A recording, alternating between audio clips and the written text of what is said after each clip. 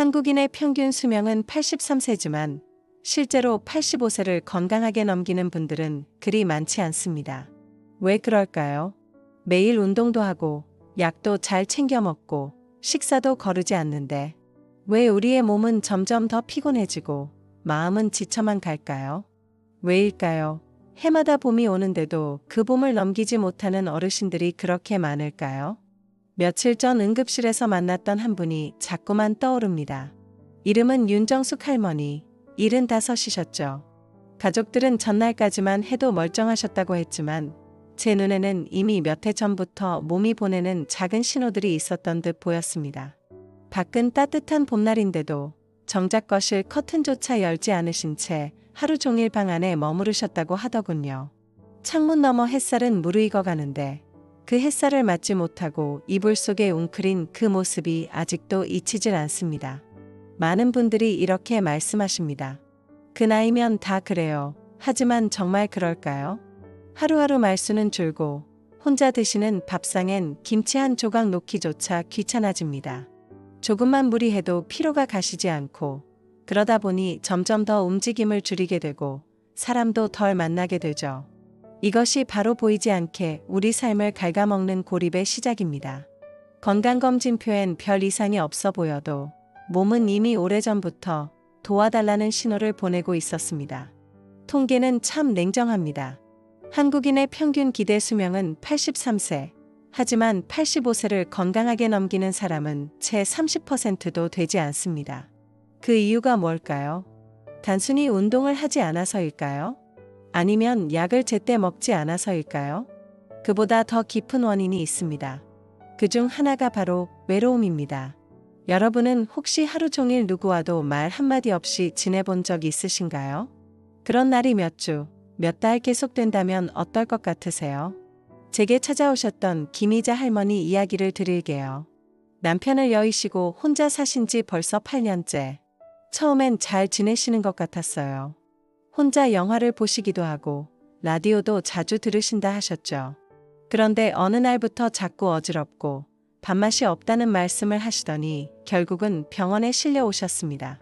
각종 검사를 다 해봐도 특별한 이상은 없었어요. 그런데 마음 깊은 곳을 열고 얘기를 나누다 보니 일주일에 단 한 번도 누군가와 제대로 대화를 나눠본 적이 없다는 걸 알게 됐습니다. 이건 단순한 감정 문제가 아닙니다. 외로움이 우리 몸에 미치는 영향은 상상 이상이에요. 연구에 따르면 사회적 고립이 주는 스트레스는 하루 15개비 담배를 피우는 것과 같은 수준이라고 합니다. 믿기지 않으시죠? 하지만 실제로 고립된 삶을 오래 지속하면 우리 뇌에서는 스트레스 호르몬인 코르티솔이 과도하게 분비되고 이게 만성염증으로 이어지면서 심장질환, 면역력 저하, 심지어 치매 위험까지 높아지게 됩니다. 외로움은 몸을 천천히, 조용히 무너뜨립니다. 혼자 있는 시간이 길어질수록 움직임은 줄고 식사는 부실해지고 감정은 굳어갑니다. 처음엔 그냥 귀찮아서 밖에 안 나가고 점점은 누가 나를 찾는 사람이 없으니 나가는 이유도 없어지죠. 이게 반복되다 보면 어느새 몸이 굳고 마음은 병들어갑니다. 하지만 희망은 있습니다. 김희자 할머니는 동네 복지센터에서 열리는 미술 프로그램에 참여하기 시작했어요. 처음엔 말수도 적고 어색해 하시더니 몇 주 지나면서 눈빛이 달라지셨습니다. 그림을 그리고 옆자리 분과 한두 마디 나누면서 삶의 색이 돌기 시작한 거죠. 몇 달 뒤에 다시 만나 뵈었을 때는 혈압도 안정되고 불면도 사라졌다고 하시더군요. 무엇보다 이젠 아침에 눈 뜨면 할 일이 있다는 게 좋아요. 라고 말씀하셨습니다. 저는 그 말이 아직도 가슴에 남아 있습니다. 또 한 분의 이야기를 들려드릴게요. 서울 마포구에 사시는 오지훈 어르신, 올해 75이시고 늘 건강에 관심이 많으셔서 매일 아침 새벽 5시면 일어나 한강변을 1시간 반씩 걷는 습관을 수십 년째 이어오셨습니다. 하루만 보는 기본이고 운동화도 매달 바꿔 신을 정도로 성실하셨죠. 그런데 이상하게도 건강검진을 받을 때마다 혈압은 여전히 높고 골밀도는 점점 낮아지는 겁니다. 이렇게 걷는데 왜 몸이 점점 약해지는 걸까요? 어르신의 질문 앞에서 저도 처음엔 곤혹스러웠습니다. 우리는 흔히 걷기만 잘하면 건강해진다고 믿습니다. 물론 걷기는 정말 좋은 운동입니다. 혈관 건강, 당 조절, 기분 전환까지 다양한 이점이 있죠. 하지만 문제는 여기서 끝나지 않습니다. 걷기만으로는 나이가 들면서 자연스럽게 줄어드는 근육과 뼈의 건강을 지키기엔 역부족이라는 겁니다. 특히 60세를 넘기면서부터는 우리 몸의 근육량이 해마다 2~3%씩 감소합니다. 그냥 마르기만 하는 게 아니라 우리 몸을 지탱해주던 힘 자체가 서서히 빠져나가는 거죠. 근육이 줄면 기초 대사량이 떨어집니다. 같은 식사를 해도 살이 더 잘 찌게 되고 혈당도 잘 오르내립니다. 뼈도 문제입니다. 걷기로는 다리와 엉덩이 뼈는 어느 정도 자극을 받지만 척추나 팔처럼 상체뼈에는 충분한 자극이 가지 않아요. 특히 여성 어르신들 같은 경우 골다공증이 빠르게 진행되면서 작은 충격에도 뼈가 부러질 위험이 커집니다. 그럼 어떻게 해야 할까요? 답은 근력 운동입니다. 어렵게 느껴지시나요? 사실 꼭 헬스장에 가지 않아도 됩니다. 집에서 할 수 있는 간단한 동작, 예를 들어 의자에 앉았다 일어나기, 물병을 들고 팔 올리기, 벽에 기대서 스쿼트하기 같은 것들이 큰 도움이 됩니다. 중요한 건 우리 몸에 자극을 주는 겁니다. 근육은 자극이 있어야 반응하고 자라나니까요. 오지훈 어르신도 처음엔 내 나이에 무슨 근력 운동이야 하셨지만 제가 작은 아령과 고무밴드를 드렸고 일주일에 3번, 하루 20분씩만 해보자고 설득드렸죠. 석 달쯤 지나서 다시 검사했을 때 혈압이 눈에 띄게 안정됐고 골밀도도 좋아졌습니다.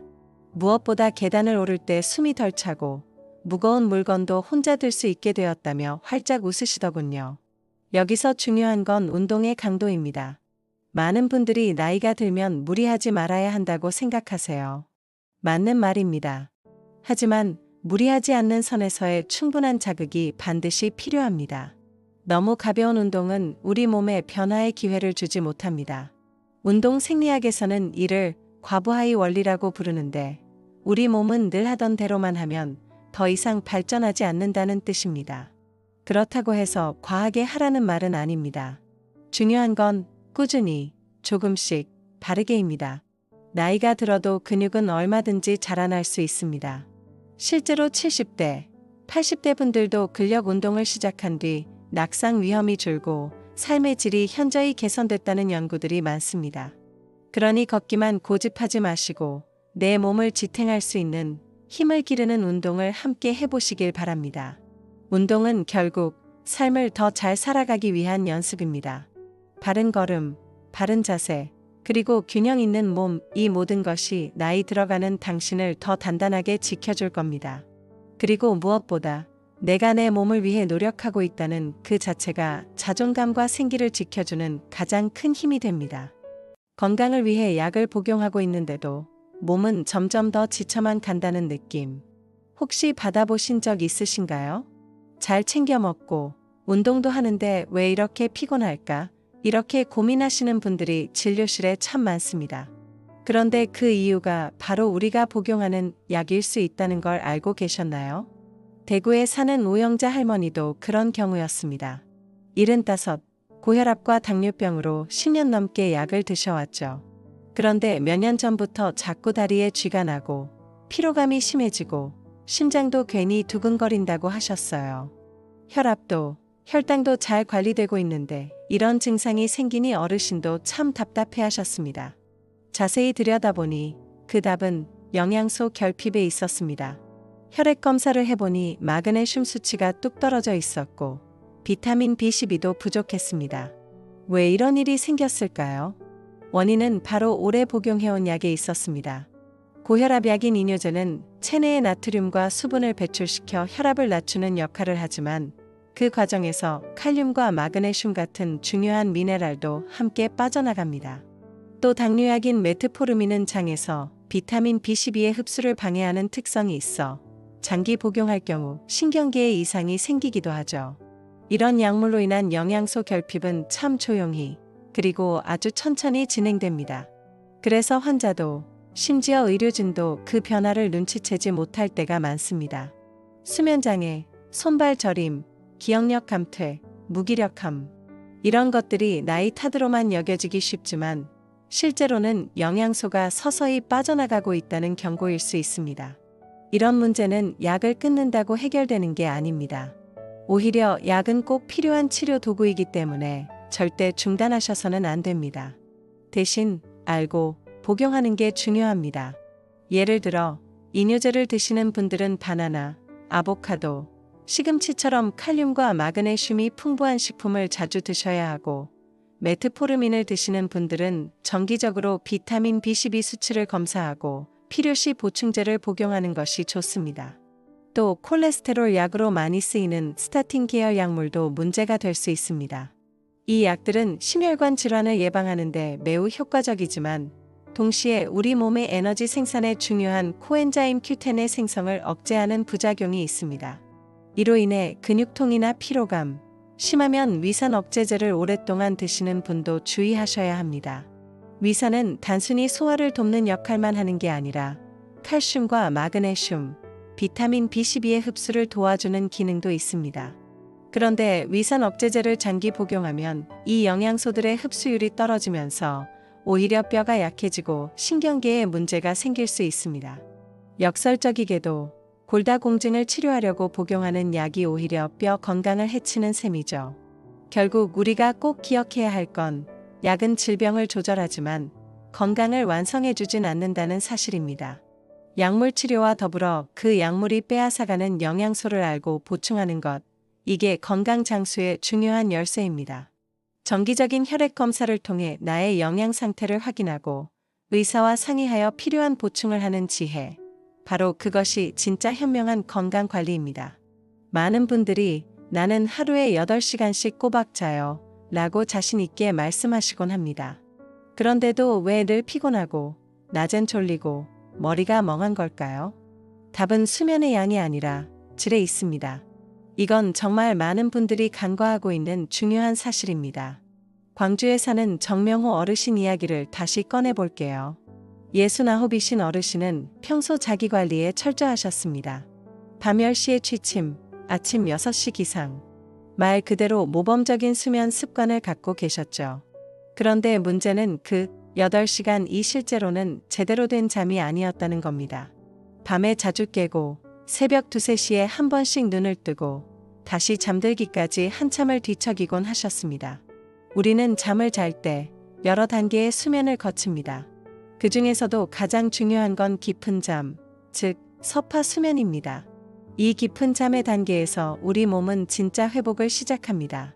손상된 세포를 고치고 뇌에서는 하루 동안 쌓인 노폐물을 청소하고 기억을 정리하고 면역력을 끌어올리는 아주 바쁜 일이 벌어지죠. 그런데 나이가 들면 이 깊은 잠의 비율이 점점 줄어들면서 아무리 오래 자도 개운하지 않은 느낌이 계속되는 겁니다. 미국의 한 연구에 따르면 깊은 잠을 충분히 자는 노인들은 그렇지 않은 사람들보다 사망률이 43% 낮았고 치매 발생률도 크게 떨어졌다고 합니다. 이유는 명확합니다. 깊은 잠을 자는 동안 뇌에서는 알츠하이머의 원인으로 지목되는 아밀로이드 단백질을 청소하거든요. 다시 말해, 잠을 제대로 못 자면 뇌의 청소가 멈춰버리는 셈입니다. 그렇다면 우리는 어떻게 잠의 질을 높일 수 있을까요? 우선 수면 환경을 점검하는 것부터 시작해야 합니다. 정명호 어르신의 경우 침실이 너무 따뜻했고 텔레비전을 켜놓은 채 잠드시는 습관이 있었어요. 게다가 늦은 밤 커피 한 잔, 그리고 잠들기 전 스마트폰까지. 이 모든 것이 깊은 잠을 방해하는 요소였습니다. 좋은 잠을 자기 위해서는 몇 가지 원칙이 필요합니다. 첫째, 침실 온도는 시원하게 약 18도에서 20도 사이가 가장 좋습니다. 우리 몸은 체온이 떨어질 때 잠에 빠지게 설계되어 있기 때문이죠. 둘째, 불빛과 소음을 최소화하세요. 작은 조명도 수면 호르몬인 멜라토닌의 분비를 방해합니다. 셋째, 카페인은 오후 2시 이후 피하고 술도 삼가야 합니다. 특히 알코올은 처음엔 잠이 오는 듯하지만 실제로는 깊은 잠을 방해하고 새벽에 자주 깨게 만듭니다. 넷째, 잠들기 2-3시간 전부터는 스마트폰이나 컴퓨터 사용을 줄이고 가벼운 책을 읽거나 스트레칭, 명상 같은 편안한 활동으로 하루를 마무리하는 게 좋습니다. 다섯째, 매일 같은 시간에 자고 일어나는 습관을 들이세요. 주말이라고 늦게 자고 늦게 일어나면 생체 리듬이 흐트러져서 오히려 수면의 질이 떨어집니다. 낮잠도 조심해야 합니다. 오후 3시 이후에 자거나 30분 이상 자면 밤잠이 방해받을 수 있어요. 꼭 필요하다면 점심 식사 후 1시에서 2시 사이 20분 이내의 짧은 낮잠이 가장 좋습니다. 정명호 어르신도 처음엔 이런 변화가 불편하다고 하셨지만 한 달 정도 꾸준히 실천하신 후 완전히 달라지셨습니다. 밤에 깨는 횟수가 줄고 아침에 개운하게 눈을 뜨게 되자 낮 동안의 피로감도 사라지고 기분이 한결 밝아지셨다고 하셨어요. 심지어 혈압도 더 안정되기 시작했죠. 이처럼 수면은 단순한 휴식이 아니라 우리 몸의 재생을 위한 가장 중요한 시간입니다. 아무리 좋은 음식과 운동을 해도 잠을 제대로 못 자면 그 효과는 반으로 줄어들 수밖에 없습니다.